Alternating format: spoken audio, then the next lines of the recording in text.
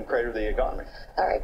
Congressman, before you go, I want to ask you a question on another topic and just get a sense of what's in your heart on this. Do you think it's time to take a look at assault weapons and discuss possibilities of changing laws pertaining to them? Well, we can discuss that, but I have 4 young children. I have a 6-year-old, and that strikes in my heart what occurred.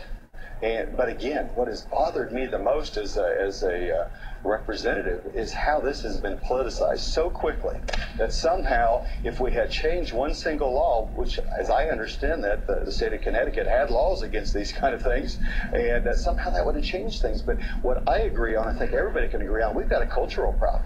You know, I've got an 11-year-old, and the type of video games you just talked about, we don't let him play that.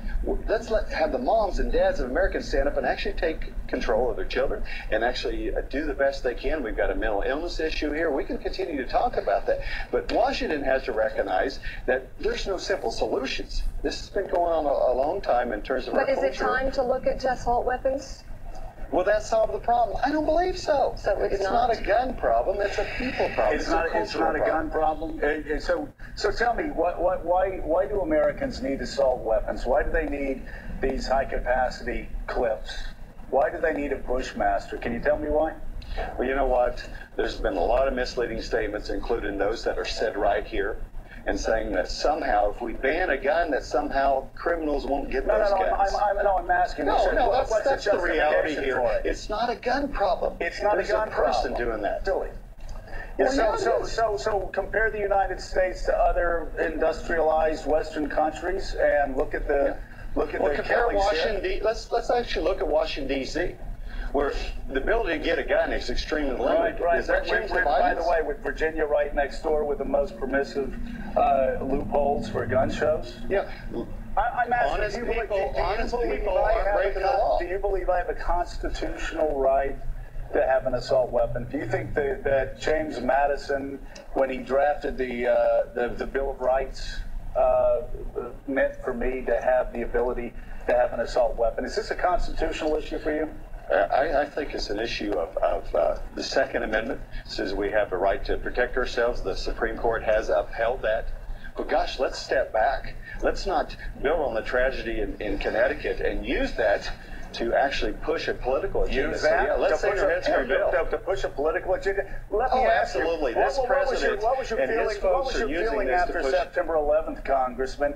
Were there some changes made in this country because of the tragedy of September 11th? Was that just using a tragedy, 3,000 deaths, to try to make Americans safer? Do you dare come on my show and say I am using the slaughter of 20 little 6- and 7-year-old children? I'm using Joe, that how many for children do you purposes, have? Tim? Joe, how many children do you have? I've got 4 children, Tim. I'm answering my question. So do I. And I refuse to let you say that because you have children or anybody else, that we need to actually politicize this. But I see folks in Washington, I don't know about you, I don't watch your show. I see my colleagues in Washington trying to politicize this. I'm not going to let you say that I am, quote, politicizing the slaughter of 26 or 7 children. But you said anybody that's talking about this. Doesn't Connecticut have a ban on assault weapons? Maybe some of us just believe, Tim, maybe some of us just believe we have to do whatever we can, whether it's to get mental health, whether it's looking at a violent culture of video games and Hollywood movies, whether it's looking at the proliferation of these weapons, whether it's looking at what happened in Oregon, what happened in Colorado, what happened in Virginia, what happened in Connecticut, what continues happening, Congressman. So we can't at least talk about guns without you questioning my integrity and saying that I'm using the death of 20 children to try to make life for my children a little bit safer. We can't even talk about it without you coming on this show and insulting me personally. Joe, you can talk about it all you want. I didn't say it was you politicizing it. You're not even a politician anymore, and I understand that. But you look around this town. You look at within 24 hours, folks running on and say, hey, we need to change the laws when they don't even know the situation. Sir. All I'm saying is let's spend a little time looking at that, but not to use the tragedy because as a very famous political strategist from Chicago said, don't let any crisis go unused. So let me get this straight. So you can come on this show and say what I've said, by the way, that we've got to look at violent video games, and we've got to look at a violent culture that Hollywood promotes. And that's not politicizing, but if we even bring up guns, that somehow that's politicizing the death of 20 children. You know, Wow. what I said, Joe, was I've got an 11-year-old son. Yeah. And I have a choice whether he's allowed to play those video games. What I would suggest to moms and dads across this country is look at what your children are doing.